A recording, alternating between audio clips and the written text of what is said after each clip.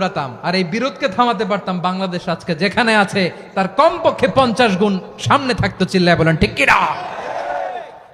তাহলে 1 নাম্বার ক্ষতি হচ্ছে আমাদের পাওয়ার লেস হয়ে যায়, আমরা দুর্বল হই যদি আমরা বিরোধ করি। 2 নাম্বার হচ্ছে পরাশক্তিগুলোর সুবিধা নেয়। 3 নাম্বার হচ্ছে আমাদের উন্নয়ন, দেশের উন্নতি, অগ্রগতি এটা স্থবির হয়ে যায়, এটা বাধাগ্রস্ত হয়। প্রিয় ভাইয়ের, ইউনিটি, ঐক্য হচ্ছে একটা দেশের উন্নয়নের মূল ভিত্তি।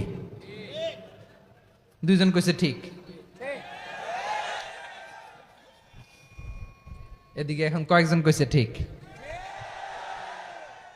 ঐক্য হচ্ছে একটা দেশের, জাতীয় ঐক্য হচ্ছে কোন দেশের উন্নয়ন অগ্রগতির মূল ভিত্তি। ঠিক কিনা বলেন? ইউনিটি অফ এ কান্ট্রি, এটা হচ্ছে একটা সাস্টেইনেবল ডেভেলপমেন্ট, সোশ্যাল স্ট্যাবিলিটির জন্য এটা অনেক গুরুত্বপূর্ণ।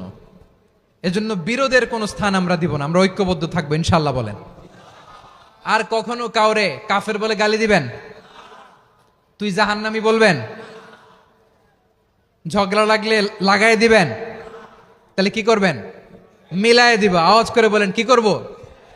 প্রিয় ভাইয়েরা, এই বিরোধ গত 50 বছর তো আমরা দেখেছি, ধর্মীয় অঙ্গন বলেন, সামাজিক অঙ্গন বলেন, রাজনৈতিক অঙ্গন বলেন, এই বিরোধ আমাদেরকে শেষ করে দিয়েছে। এই 24-এর ছাত্র নাগরিক অভ্যুত্থানের পরেও যদি সেই বিরোধ আমাদেরকে খায়, তাহলে এতগুলো তাজা জেনজির রক্ত বৃথা যাবে। চিল্লায় বলো ঠিক কিনা? আমরা এই রক্তগুলো কি বৃথা যেতে দিতে চাই না? আমরা ঐক্যবদ্ধ থাকতে চাই। রাজি আছেন? আমরা আর কাদা ছড়াছড়ি করব না। অনেক হয়েছে আন্না, এবার থামুন। অনেক হয়েছে আন্না।